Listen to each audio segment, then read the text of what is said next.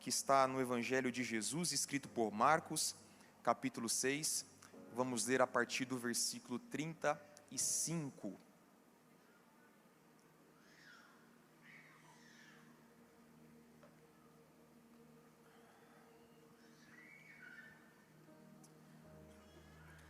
Já era tarde, e por isso os seus discípulos aproximaram-se dele e disseram: Este é um lugar deserto, e já é tarde. Manda embora o povo para que possa ir aos campos e povoados vizinhos comprar algo para comer. Ele, porém, respondeu: Deem-lhe vocês algo para comer. Eles lhe disseram: Isto exigiria 200 denários, que era o salário de uma pessoa que trabalhava por diária. Então, a pessoa que era uma diarista, ela ganhava 1 denário por dia. Então, para alimentar toda essa multidão, levaria aproximadamente quase um ano inteiro de trabalho, uma pessoa diarista ganhando 1 denário por dia. Devemos gastar tanto dinheiro em pão e dar-lhes de comer?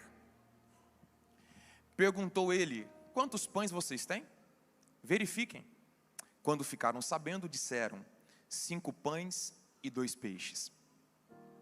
Então Jesus ordenou que fizessem todo o povo assentar-se em grupos na grama verde. Assim, eles se assentaram em grupos de 100 e de 50. Tomando os 5 pães e os 2 peixes, e olhando para o céu, deu graças e partiu os pães. Em seguida, entregou aos seus discípulos para que os servissem ao povo, e também dividiu os 2 peixes entre eles. Todos comeram. Quantos comeram? Quantos comeram? Todos comeram e ficaram? Ficaram? Satisfeitos. E os discípulos recolheram 12 cestos cheios de pedaços de pão e de peixe. 44. E os que comeram foram 5.000 homens. Na verdade aqui foram 5.000 homens, fora mulheres e crianças. Coloca aí, por favor, o tema da minha reflexão nessa noite. Eu quero falar um pouco com vocês sobre o milagre da multiplicação. Vamos dizer todo mundo junto? 1, 2, 3. O milagre da multiplicação. Só no Evangelho escrito por Marcos, nós temos registrados aproximadamente 18 milagres. Na verdade, o sobrenatural no ministério de Jesus acontecia com muita naturalidade.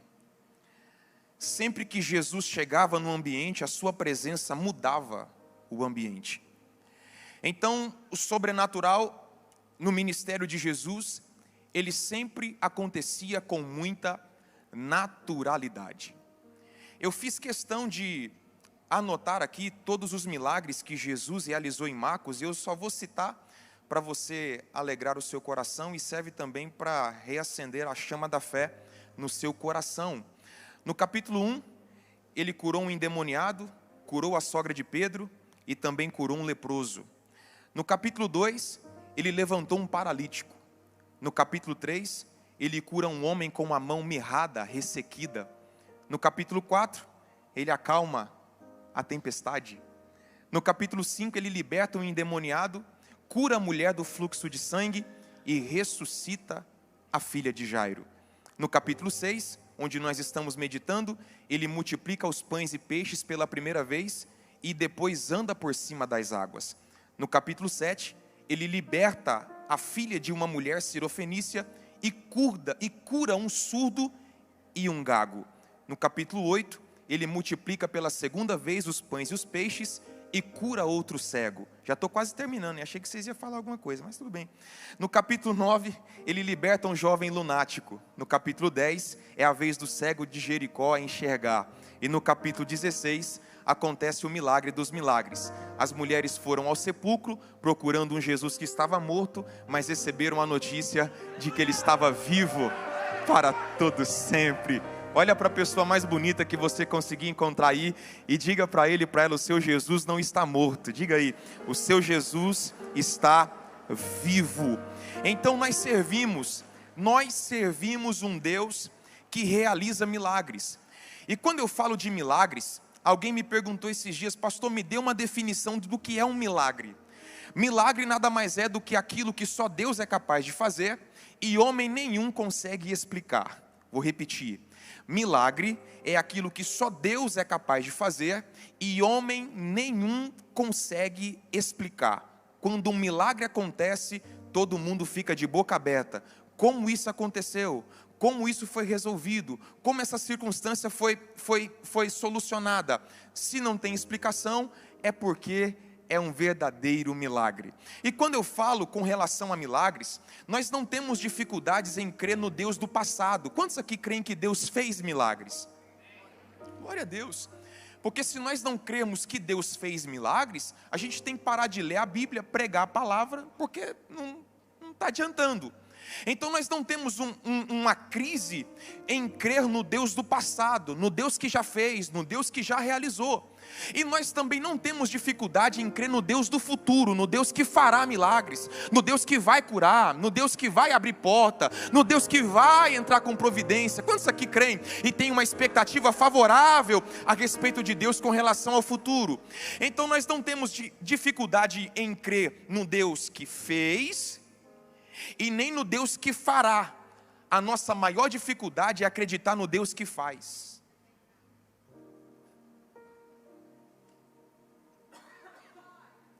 A nossa fé não pode estar apenas no Deus do passado e nem no Deus do futuro. A nossa fé precisa estar alicerçada, fundamentada no Deus do presente. E se Ele fez no passado, se Ele fará no futuro, Ele faz no presente. Fala de novo ou repete, irmão? Então nós não servimos apenas um Deus que curou, ou um Deus que curará, nós servimos um Deus que cura. Nós não servimos um Deus que restaurou, que restaurará, nós servimos um Deus que restaura. Nós não servimos apenas um Deus que abriu, ou que abrirá, nós servimos um Deus que abre. A primeira palavra que você precisa absorver nessa noite, é que você serve o grande eu sou. Ele faz no presente. Amém ou não amém? Então cada milagre que Jesus realizava, Ele não realizava de maneira aleatória, não. Sempre que Jesus realizava um milagre, Ele realizava esse milagre com caráter pedagógico. Então o propósito de Jesus sempre, por trás de um milagre, por trás do sobrenatural, por trás de uma ação divina, era ensinar alguns princípios, era ensinar lições. E a pergunta é, quando você lê essa primeira multiplicação dos pães, quais são as lições, os ensinamentos que Jesus está tentando nos ensinar? O contexto dessa história é muito interessante. O ministério de Jesus era um ministério muito dinâmico, e ele sempre estava viajando de um lado para o outro, um ministério itinerante, e o texto vai dizer que ele não tinha tempo nem para se alimentar. Então o projeto original de Jesus era ir para uma região afastada, para recarregar as baterias, para recarregar as energias. Então ele vai para o deserto com o propósito de descansar. A multidão percebe o movimento de Jesus, acompanha a sua movimentação. Jesus sente compaixão da multidão, começa a pregar, e vai pregando. E é exatamente nesse ponto que começam algumas lições importantes, e eu prometo que não vou demorar mais do que 15 minutos para as 10 da noite.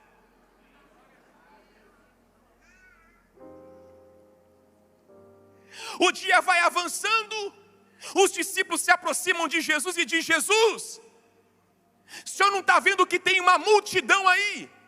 O Senhor já pregou o Evangelho, já alimentou a alma, agora manda esse povo embora, porque senão não vai ter como dar alimentação para todo esse povo comer. Então quando os discípulos se aproximam de Jesus, a primeira lição está no versículo 35.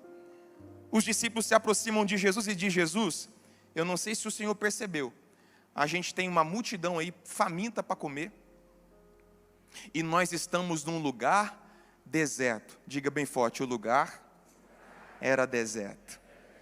Essa é a primeira lição importante. Os discípulos se aproximam de Jesus e dizem: nós temos um grande problema.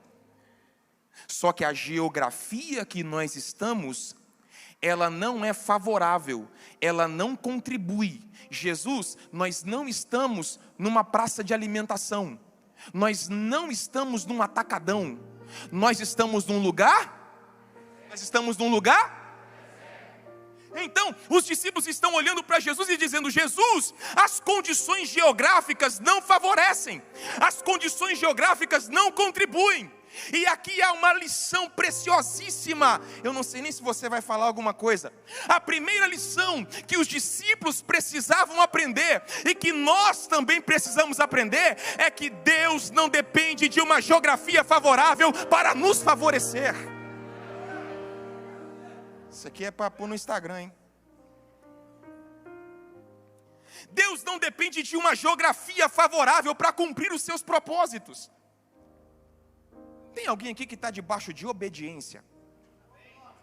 3 pessoas, olha aí. Quem aqui está debaixo de obediência? Deixa eu ver você. De maneira bem discreta e educada, pergunte para alguém que está do seu lado: você está debaixo de obediência, irmão? Diga aí, você tem certeza que você está debaixo de obediência?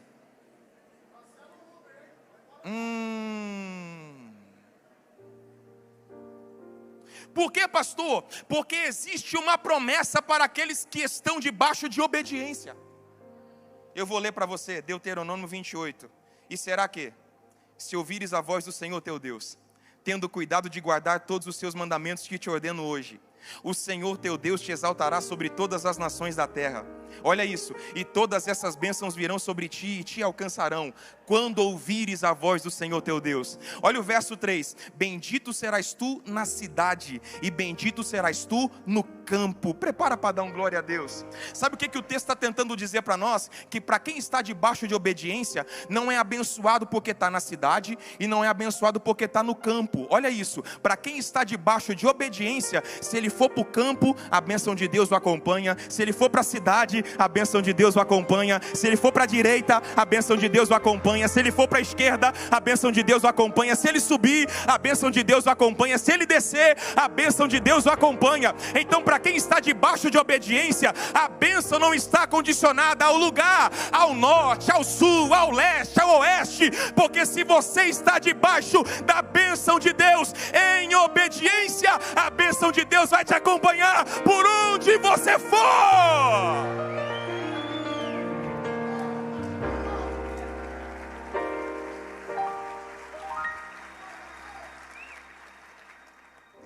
Então pouco importa o lugar que você nasceu. Para Deus pouco importa o lugar que você mora. Para Deus pouco importa onde a sua empresa está localizada. Porque esses fatores são irrelevantes.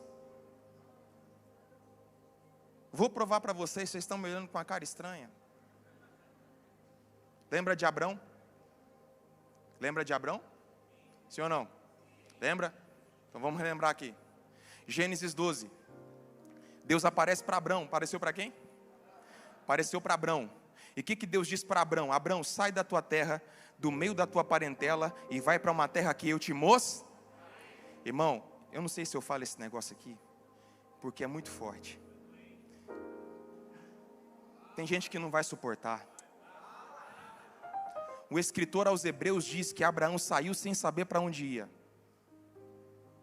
Porque mais importante do que o destino é quem está te conduzindo. Esse pessoal aqui sempre tem alguma coisa contra mim. Mas esse pessoal aqui me ama. Sabe por que Abraão saiu sem saber para onde ia? Porque mais importante do que o destino é quem está te guiando, é quem está te conduzindo, é quem está te governando. Então Abraão diz: eu não preciso saber para onde eu vou, porque eu confio em quem vai me levar, eu confio em quem vai me conduzir. Tem alguém para levantar a mão e quebrar o silêncio nessa noite? Porque Deus é quem vai dar a direção, e é Ele quem sustenta. Aí a pergunta é: por que Deus não abençoou Abraão na terra do pai, na geografia paterna? Porque se Deus o abençoa numa geografia favorável, alguém ia dizer: mas também estava na casa do pai, na geografia do pai, tudo era favorável, foi mamão com açúcar, mas também, né, com todo esse aparato geográfico. Aí Deus arranca Abrão de uma geografia favorável e leva ele para uma geografia desfavorável. Para quê? Para iniciar um novo ciclo na vida dele. Anote isso. Antes de Deus, Abrão era abençoado por causa da terra. Depois de Deus, a terra foi abençoada por causa de Abrão. Dá um trabalho entender isso aqui, né? Então vou te explicar melhor. Antes de Deus, Abrão era beneficiado por causa da geografia paterna. Depois de Deus, foi assim. Onde Abrão pisava, Deus pisava com ele. Onde Abrão entrava, Deus entrava com ele. Onde Abrão tocava, Deus tocava com ele. Onde Abrão chegava, a presença de Deus chegava com ele. Vai ser assim na sua vida. Vai ser assim na sua vida. Eu vou ficar repetindo até você falar alguma coisa. Vai ser assim na sua vida. Vai ser assim na sua história. Vai ser assim no seu chamado. Vai ser assim na sua empresa. Deus não depende da sua geografia para te prosperar. Deus não depende da sua geografia para te engrandecer. Deus não depende da tua geografia para te colocar em lugares altos. Numa geografia desfavorável, Deus vai te favorecer. Alguém crê nisso? Diga amém.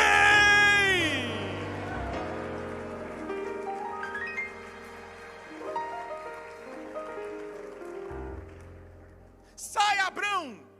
Ok. Gênesis 13.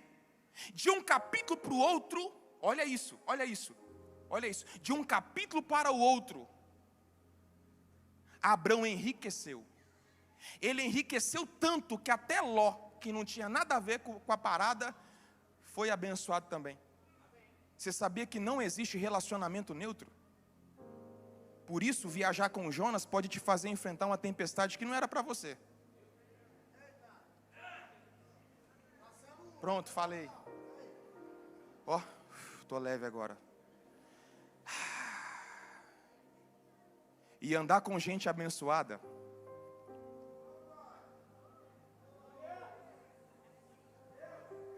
às vezes você não tem nada a ver com a parada, mas a bênção de Deus é tão grande na vida da pessoa que respinga em você. Deus vai colocar gente assim no seu caminho. Desse jeito não vai de jeito nenhum. Deus vai colocar gente assim no seu caminho.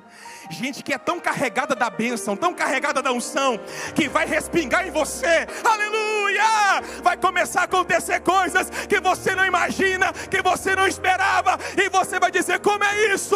É porque não existe relacionamento neutro. Deus colocou alguém do seu lado para te abençoar. Aí era tanto gado, era tanta ovelha, era tanta criação, que a geografia não comportava os dois. Aí os pastores começaram a brigar. Não, porque esse pasto aqui é de Ló. Não, porque esse pasto aqui é do meu senhor Abrão. Não, porque esse pasto aqui é do meu senhor Ló. Não, porque esse pasto aqui é de Abraão. E começou a contenda. Por causa de geografia. Vocês estão me acompanhando ou não? Começou uma briga por causa de geografia. Aí chegou Abrão para resolver a parada. E Abrão chega, o que está acontecendo aqui? É que os meus pastores estão brigando com os seus pastores, porque é muito gado, é muita criação para pouca terra. Aí olha, às vezes parece que crente é idiota, sim ou não? Só parece, tá, irmão? Porque Abraão olha para Ló e fala assim, não vão brigar por causa de geografia. Quem tinha a bênção de Deus, Abrão ou Ló? Quem era mais velho, Abrão ou Ló? Quem ouviu Deus, Abrão ou Ló? Quem tinha o direito de escolher primeiro, Abrão ou Ló? Mas Abrão era tão consciente da bênção que ele carregava, que ele disse assim, Ló, faz o seguinte, escolhe aí. Se você for para a direita, eu vou para a esquerda. Se você subir, eu desço. Se você descer, eu subo. E alguém ia falar, mas é um besta mesmo. Abraão tinha que bater na mesa: rapaz, você me respeita, que quem ouviu a voz de Deus fui eu. O que você está vivendo é por causa de mim. Mas Abraão é tão consciente da bênção que ele diz assim: a bênção não é geografia, não é geográfica, a bênção está em mim. Aí o texto vai dizer que Ló escolheu a melhor geografia, as campinas verdejantes do Jordão. E no melhor lugar ele perdeu tudo. E Ló, e Abraão foi para a pior geografia. E lá, Deus o prosperou ainda mais. Deus o prosperou ainda mais. Porque quem tem a bênção de Deus não fica brigando por causa de cadeira. Quem tem a bênção de Deus não fica brigando por causa de cargo. Quem tem a bênção de Deus não fica brigando por causa de posição. Quem tem a bênção de Deus não fica brigando. Não. Se você tem a bênção de Deus, querido, abra mão, porque a bênção não está nesse cargo que você tem, não está no dinheiro, no seu salário. A bênção está em você. Onde você for, Deus vai contigo. Alguém pode celebrar Ele?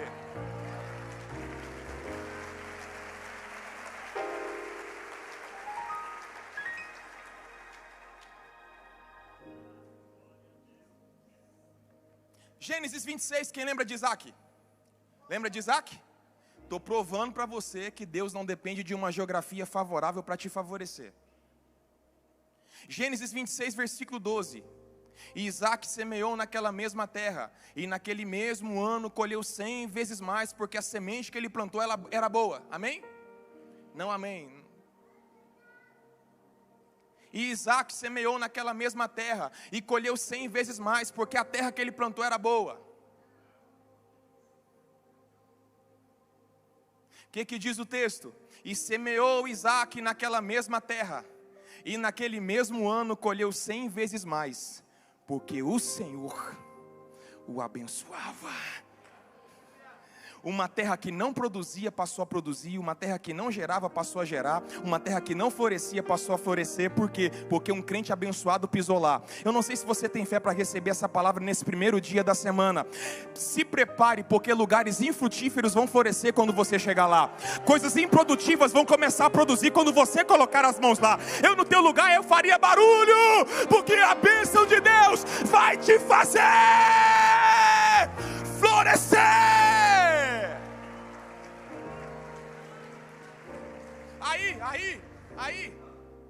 Aí depois Isaac vai para o Vale de Gerar. Diga, Vale de Gerar. Isso aqui é muito interessante. Porque eles vão para o Vale de Gerar e os seus servos começaram a cavar poços. Cavar o quê? Gênesis 26, 19. Eles cavaram o primeiro poço. Você pode me ajudar a pregar? Eu vou dizer, cavaram o primeiro poço, você vai gritar, e acharam água. Vai ficar massa na gravação. Eu prometo. Você me ajuda ou não? Então vamos lá.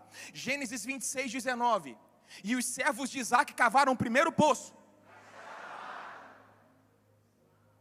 Você está doido aí? Pegou aí? Pegou essa parte aí? Nossa, eu vou postar. Aí o texto vai dizer que vieram os homens daquela geografia e disseram, esse poço é nosso. Aí o que Isaac fez? Chegou lá, é de vocês coisa nenhuma. Meus servos cavaram isso aqui. Isso aqui é meu. Que eu construí isso aqui.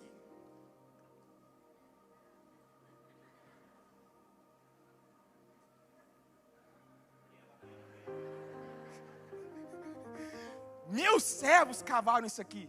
Foi isso que ele fez? É de vocês? Então vocês fiquem com esse. E eu vou cavar. Vou cavar para lá. Gênesis 26, 21. E os servos de Isaac cavaram outro poço.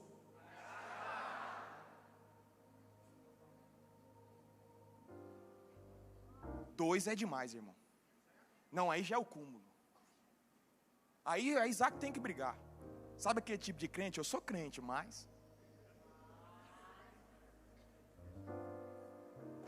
Tem um irmão que falou, pastor, estava na briga, o cara me deu um tapa, aí está escrito lá, batei. Eu fui para cima dele, pastor. Batei, é comigo. Eu sou crente, mas não pisa no meu calo, não. Eu sou crente, mas... 2 é demais. Não, pastor, não tenho sangue de barata. Isaac brigou por causa do segundo poço? Não. É de vocês? Quer também? É esse? Que pegou aquele? Vai pegar esse? Não. Então beleza, vou cavar aqui. Gênesis 26, 22. E os servos de Isaac cavaram mais outro poço.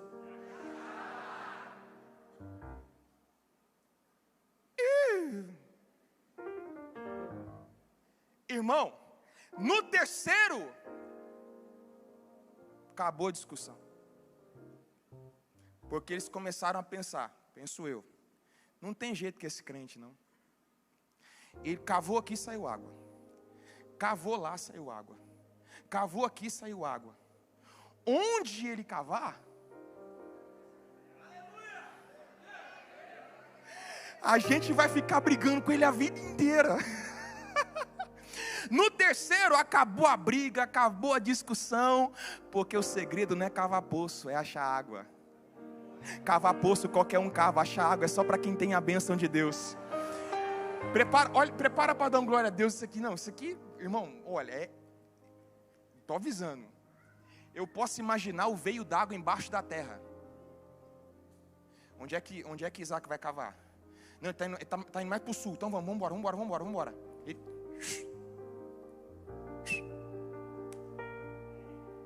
E agora, ele está movimentando para onde? Está indo mais para o leste, mais para o leste. Não sei nem se é para cá ou leste, mas vem para cá. Para o leste. Embaixo da terra o veio d'água. Onde é que ele vai cavar? Aí, para.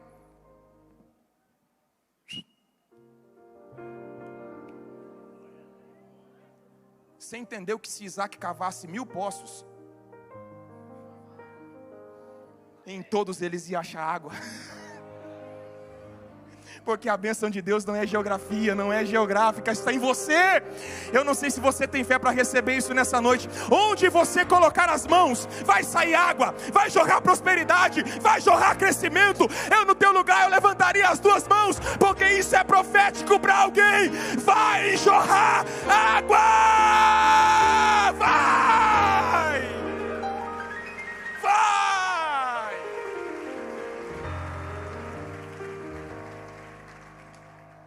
Já vou terminar. Pegadinha. Yeah.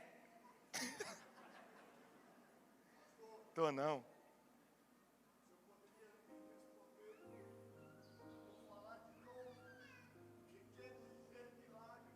Milagre é aquilo que só Deus é capaz de fazer e homem nenhum é capaz de explicar. Amém.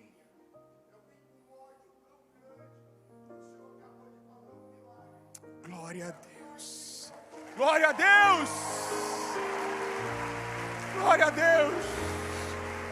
Glória a Deus. Você pode aplaudir mais forte?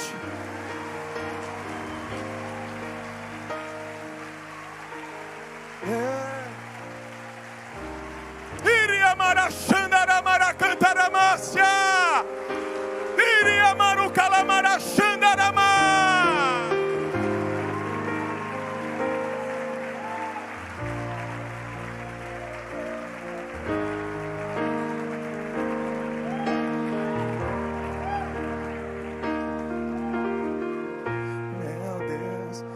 Esse é quem tu és, meu Deus é Deus.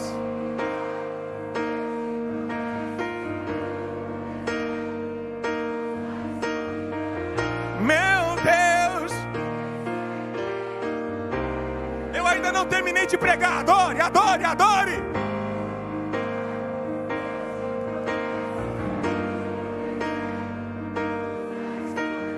Pode deixar as luzes acesas. Eu ainda não terminei de pregar, mas há uma graça de Deus aqui.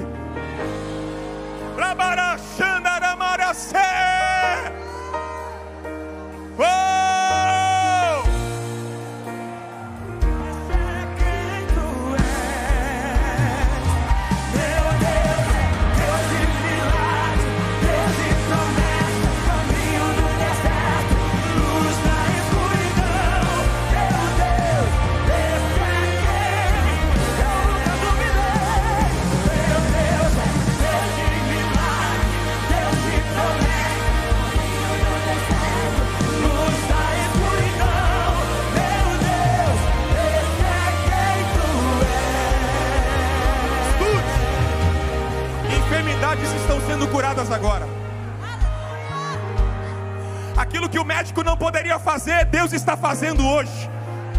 Sabe por quê? Porque Ele age mesmo quando eu não vejo. Ele age mesmo quando eu não sinto. Mesmo quando eu não percebo, eu sei que Deus está trabalhando. Tem alguém que crê nisso nessa noite? Você serve um Deus que faz milagre, milagre, milagre, milagre, milagre, milagre, milagre, milagre, milagre. Me sustenta até quando não sinto, pois tu estás no controle, pois tu estás no controle. Me sustenta até quando eu não vejo, me sustenta até quando não sinto, pois tu estás no controle, pois tu estás no controle. Me sustenta até quando não vejo, me sustenta até quando não sinto, pois tu estás no controle, pois tu estás. Meu Deus, Deus de milagre, Deus de promessa, caminho no deserto, luz na escuridão. Meu Deus,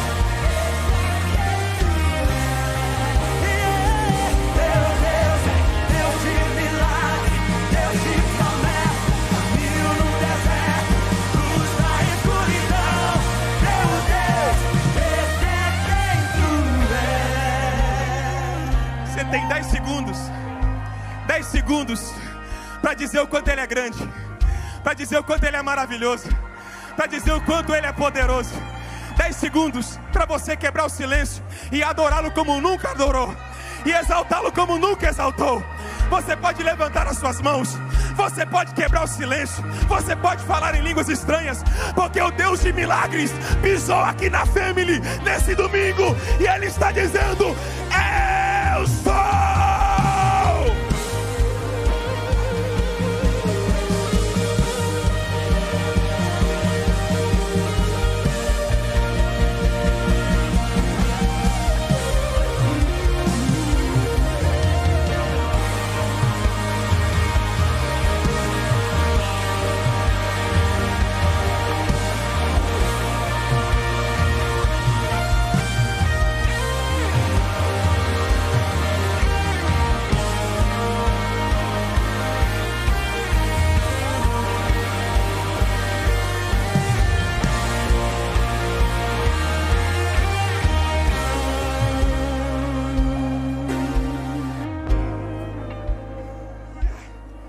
Tome seu assento, tome seu assento, tome seu assento.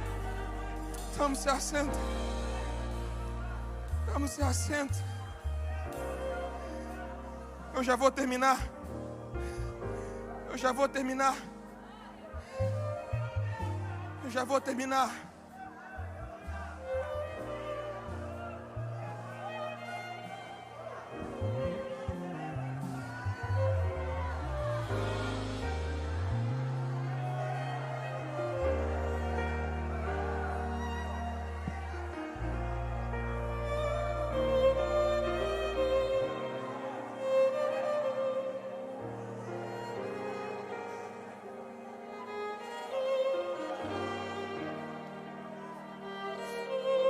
Escute mais 5 minutos.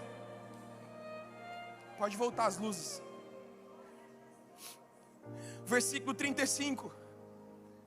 Além de uma geografia desfavorável, os discípulos olham para Jesus e dizem: Jesus, o senhor já viu que hora que é?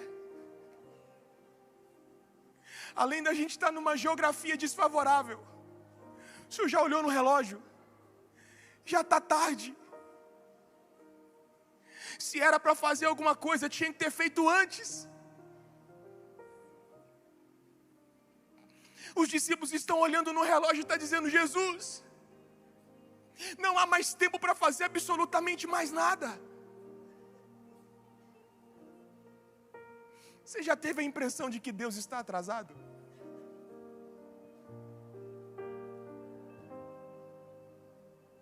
As coisas mudam para todo mundo, menos para você. A resposta chega para todos, menos para a sua oração.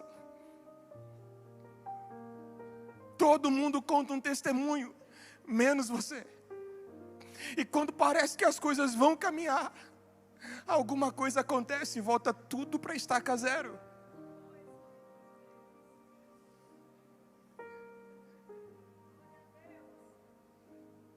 Escute, se ainda não aconteceu, é porque Deus sabe que você suporta.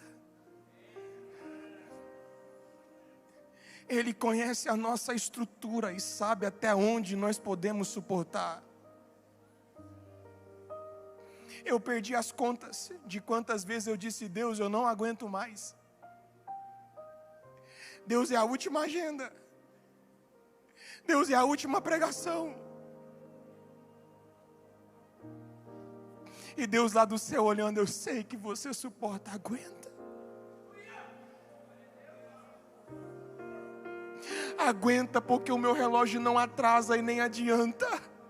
Ele tem um tempo certo, vai chegar a sua vez.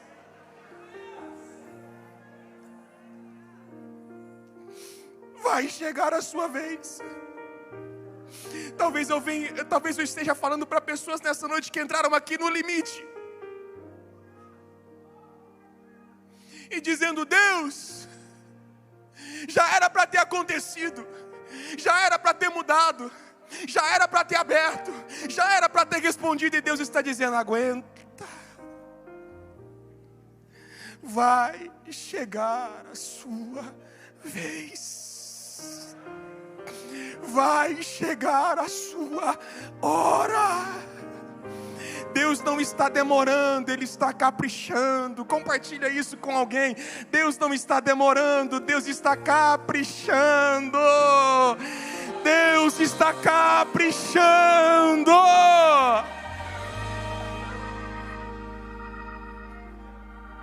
Mateus 14. Os discípulos estavam cansados de remar. A tempestade sacudindo o barco de um lado para o outro. E Jesus não aparece quando eles esperavam. O texto vai dizer que Jesus chega na 4ª vigília da noite. Se eu estivesse lá no monte com Jesus, onde ele estava orando, e os discípulos no meio do vendaval, eu ia dizer: Jesus, o senhor não está vendo que os discípulos estão passando por uma luta lá? E ele iria me responder: eu estou vendo. Eles estão dizendo que não vão aguentar. Aguenta.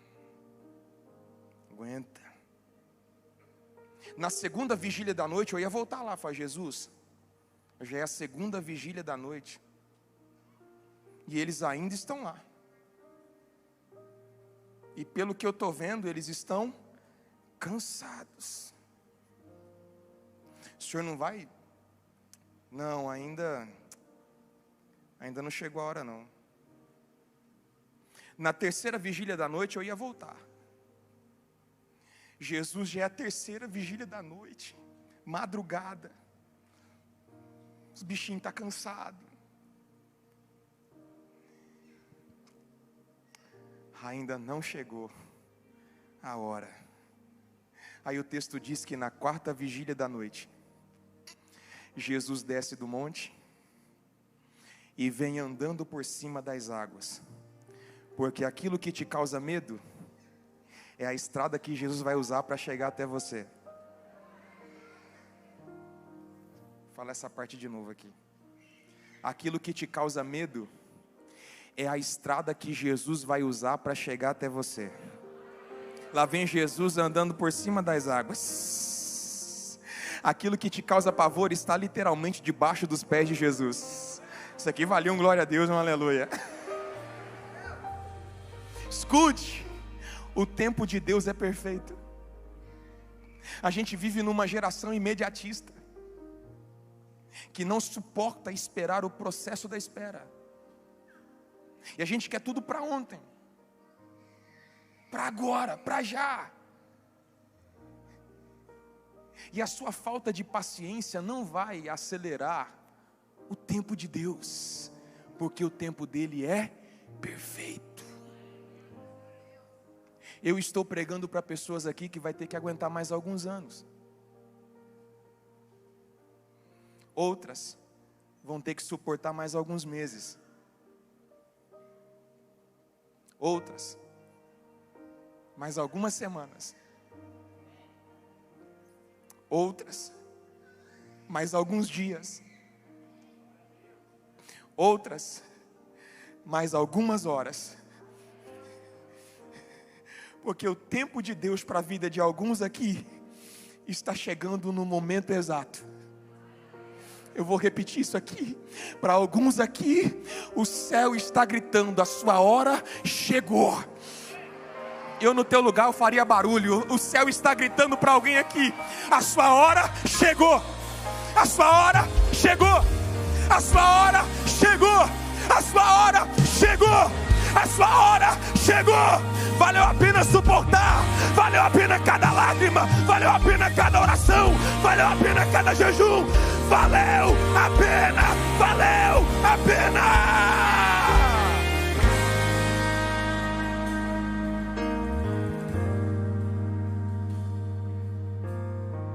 Terceiro, não vai dar para terminar.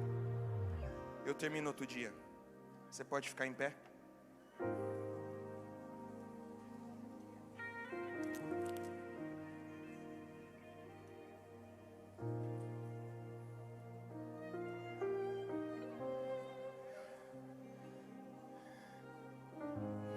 O Deus de milagre está aqui. Eu ouço os seus passos nesse lugar, mudando história, mudando circunstâncias. Você pode cantar isso com a gente? Vamos lá? Deus de milagre.